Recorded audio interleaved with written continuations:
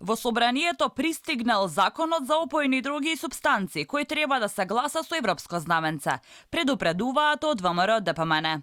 Од партијата посочуваат дека и овој пат како и претходно се злоупотребува европскиот предзнак. Оти како што велат, овој закон кој насила сака да го донесе власта, нема никаква допирна точка со европската регулатива.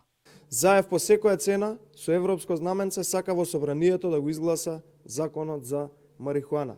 Предложен пред само неколку дена од страна на владата, нормално најверниот представник кој што го брани до крај криминалот на Зоран Заев и власта, Венко Филипче како ресорен министер на Министерството за здравство.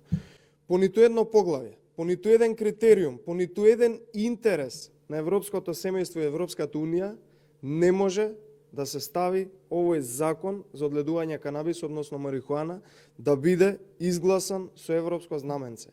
Тоа е закон кој што е единствено од интерес на наркомафијата, односно на картелот Заеви која што ја предвода таа мафија.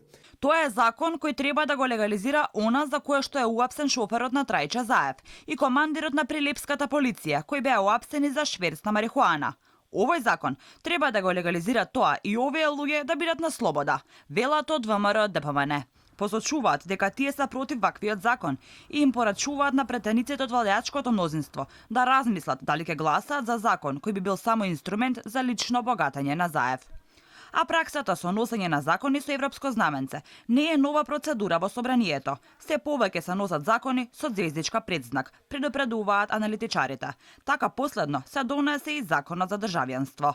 Сметам дека ова влијае во насока на натамошно намалување на контролната функција на собранието во однос на владата и да оневозможува опозицијата да ги искористи сите капацитети што и стојат на располагање во согласност со Уставот и со Деловникот.